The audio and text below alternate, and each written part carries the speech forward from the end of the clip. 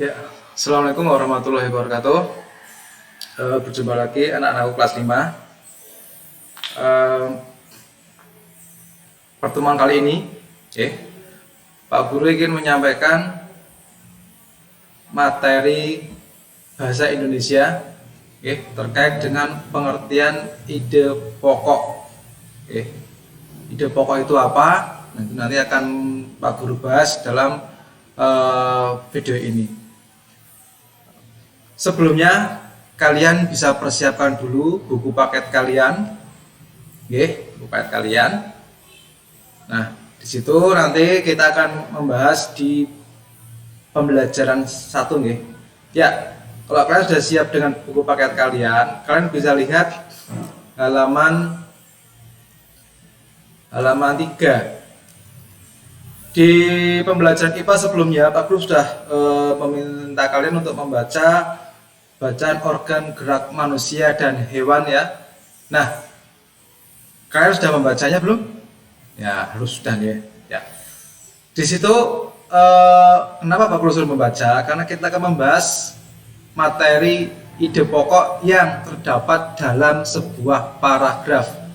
Di sini Pak Guru kasih contoh ide pokok dalam sebuah paragraf bacaan organ gerak manusia dan hewan.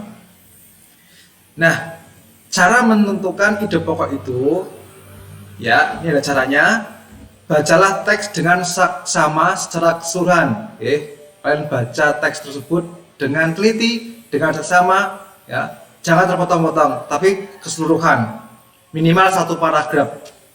Kemudian carilah kalimat utama dari teks tersebut. Nah, ide pokok itu biasanya kita jumpai pada sebuah kalimat utama. Nah, di mana kita bisa menemukan kalimat utama itu? Nah, kita Pak Guru bahas dulu pengertian dari ide pokok. Ini kita lihat. Ide pokok adalah gagasan yang mendasar dari sebuah paragraf. Jadi gagasan, ide ataupun rumusan, yang dijadikan sebagai dasar dari mengembangkan sebuah paragraf. Ide pokok disajikan ke dalam bentuk kalimat utama. Kalau ada paragraf, nanti kita ada kalimat utama. Nah, kalimat utama itu biasanya berada, kalau tidak di awal paragraf, di tengah paragraf, ataupun di akhir paragraf. Tapi biasanya yang sering kita jumpai itu di awal dan di akhir paragraf. Nah, Pak Guru contohkan ini, bacaan ini. Bacaan organ gerak manusia dan hewan, paragraf pertama. Kalian baca, nggih? Nah, selesai? Ya. Setelah kita baca, setelah kalian baca, kita bisa menentukan bahwa kalimat utama dari paragraf ini berada di awal paragraf. Nih, kalimat utamanya ada di awal paragraf. Sehingga ide pokok pikiran tersebut berada juga di awal paragraf. Jadi ide pokoknya apa? Ini salah satu ciri dari makhluk hidup adalah bergerak. Nah, kita bisa menemukan ide pokok tersebut setelah kita mendapatkan di mana letak kalimat utamanya. Tadi Pak Guru sampaikan kalimat utama bisa berada di awal paragraf, di tengah paragraf, juga bisa berada di akhir paragraf. Nah, kita lihat halaman berikutnya, halaman 4. Nah, ini. Nah, paragraf pertama, ide pokoknya salah satu ciri dari makhluk hidup adalah bergerak. Tadi, Nah, ide pokok paragrafnya salah satu ciri dari makhluk hidup adalah bergerak. Ada di awal paragraf. Sedangkan kalimat lainnya itu merupakan kalimat penjelas atau kalimat pengembang, ya, penjelasan dari kalimat utama. Nah, itu yang namanya kalimat penjelas yang mengikuti dari kalimat utama. Kemudian, nah, selanjutnya Ini juga Pak Guru punya contoh bacaan nggih. Ada bacaan gurita. Nah, ini ada sebuah paragraf. Nah, kebetulan ini kalimat utamanya juga berada di awal paragraf. Jadi dari kalimat utama itu kita bisa mencari ide pokoknya apa.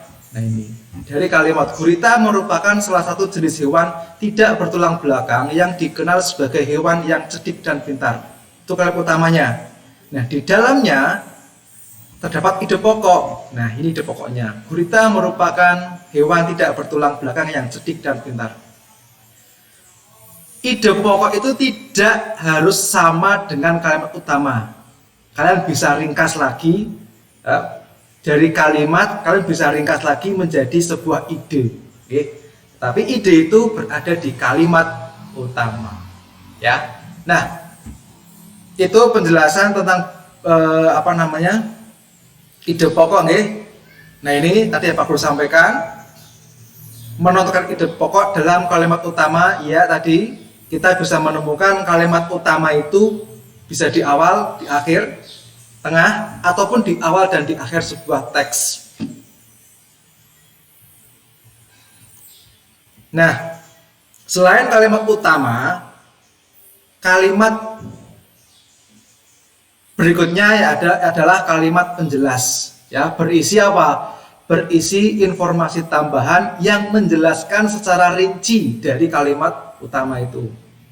Nah, ada juga pernyataan ataupun kalimat yang mendukung dari kalimat utama.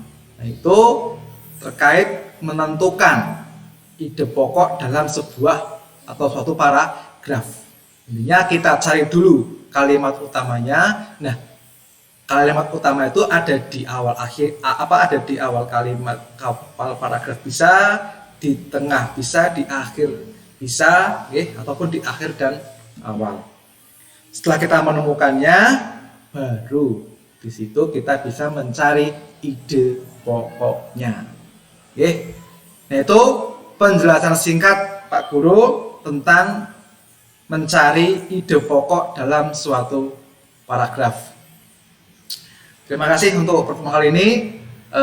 Besok kita berjumpa lagi dengan materi yang berbeda.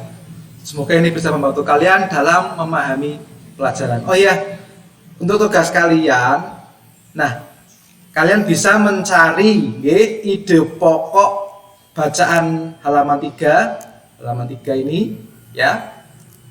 Kalian cari ide pokoknya paragraf 2, 3, 4, dan 5. Kalian cari ide pokoknya. Kalian cari ide pokoknya aja. Oke? Ya, sampai berjumpa di materi berikutnya. Jaga kesehatan, jangan lupa pakai masker, dan semoga kita sehat dan bahagia selalu. Assalamualaikum warahmatullahi wabarakatuh.